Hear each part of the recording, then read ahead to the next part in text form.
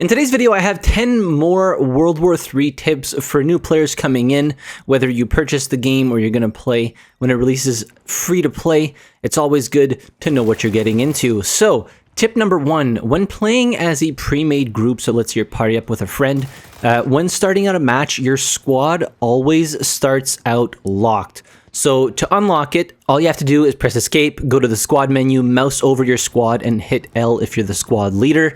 It's always better to have more people join your squad, and there's always more strength in numbers, and it gives you multiple spawn points if people do end up joining your squad. And it's always better to have bigger squads than a bunch of fractioned off squads in like 1 to 2 people.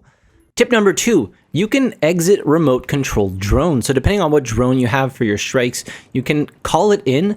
And if you want to get out of it, all you have to do is press F, which is the interact key, and it allows you to stop controlling the drone and come back to your soldier. And then if you want to get back into the remote control drone on your tablet, you just have to press whatever number key it is associated with. So if you think that you're in a bad spot and you might want to reposition, well, you can just exit your drone and reposition, then go back into it. Tip number 3, you can use resupply bags without having to look at them. So med bags, armor bags, ammo bags, and of course throwable bags. You just have to hold your interact key. So you look at it, hold it, and then you can look back up. You don't necessarily have to be looking straight down at the bag because then you don't really know what's happening around you. So just a quick little tip there.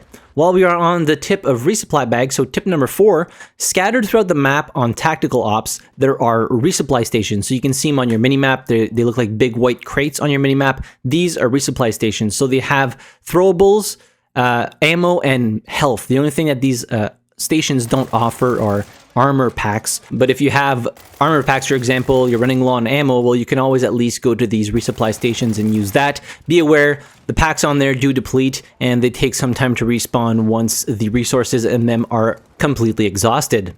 Number 5, you can use enemy resupply bags. Now, they're not showing up on the minimap like your teammates' resupply bags, so if you never noticed on the minimap, you can see your squad resupply bags in green and your teammate resupply bags in blue. That is, unless you've changed the colors for your squad mates and teammates. But pay attention, because sometimes there are enemy resupply bags on the ground, and it could give you something that you're looking for, like health, armor, throwables, ammo. Tip number 6, you can destroy resupply bags. So I know there's a lot of tips on resupply bags here, but there's a lot of things that people don't know. So if you're fighting enemies and you see them going around a corner because they're trying to escape the fight and most possibly heal, if they accidentally throw the resupply bag, for example, the health pouch, a little bit too far, and you can see the tip of it, if you shoot it, it will destroy the bag, and then that person then has to wait the entirety of the cooldown to throw another one. So chances are they're going to still be low on health. So just a neat little tip there. You can destroy the resupply bags by shooting at them. Tip number 7, sprint and run sparingly. When you think you're getting into a zone that is highly contested and there's a lot of enemy forces around, don't tactical sprint all over the place, because the time that it takes you to get your gun to the ready, chances are you're probably going to get killed if there is somebody waiting for you or you're not ready for a fight. Just the time it's going to take you to raise your gun and have it at the ready, you're probably already dead. So when you're going to highly contested areas where there's a lot of enemies around, just, take the time to walk around or run, but not necessarily tactical sprint, because that takes forever to get your gun ready. So yeah, just use it sparingly, use it appropriately. You're going to win a lot more fights if you're playing a little bit more tactically in World War III, as opposed to running and jumping all over the place like a madman. That's probably going to get you killed more often than not.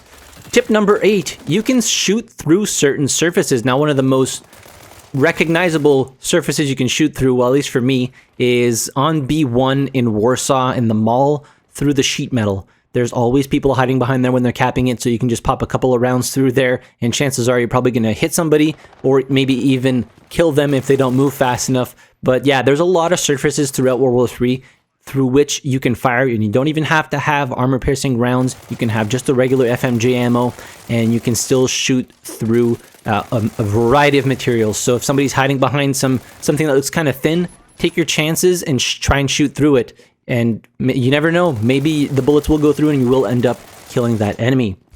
Tip number 9, in regards to extra magazines. So when you go in your weapon customization, you end up unlocking extra ammo types. So you have FMJ, you have hollow points for certain guns, and you also have AP rounds. So depending on which type of extra mag you choose, you can choose to have just flat out an extra mag of FMJ, for example. But if you choose AP rounds, how you swap ammo on the battlefield, you hold your reload button instead of just tapping it. You hold it and you will put that singular mag of AP rounds, in this case, in your gun, and you're going to have whatever ammo count is in that mag of that specific type of ammo. And then after that, when you run out, then it'll just reload back to your FMJ or whatever other ammo you had equipped. So yeah, holding the reload button, if you have extra ammo types, will swap out your ammo. And tip number 10, you can request things from teammates and see what resupply pouch they have equipped on them. So if you mouse over a teammate, whatever your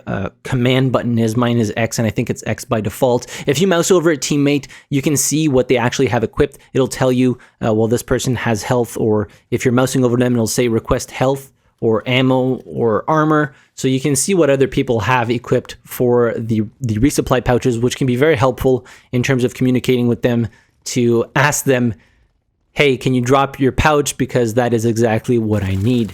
Hopefully they listen. Sometimes they don't, but it's worth a try nonetheless. So I hope these 10 extra tips help you out. I made another 10 tips video that you can find at the end of this one, and hopefully they will help you out. And yeah, hit the like button if you enjoyed the video, subscribe to the channel if you haven't already, and as always, thank you very much for watching. I really appreciate it. I'll see you guys in the next video. Have a good one.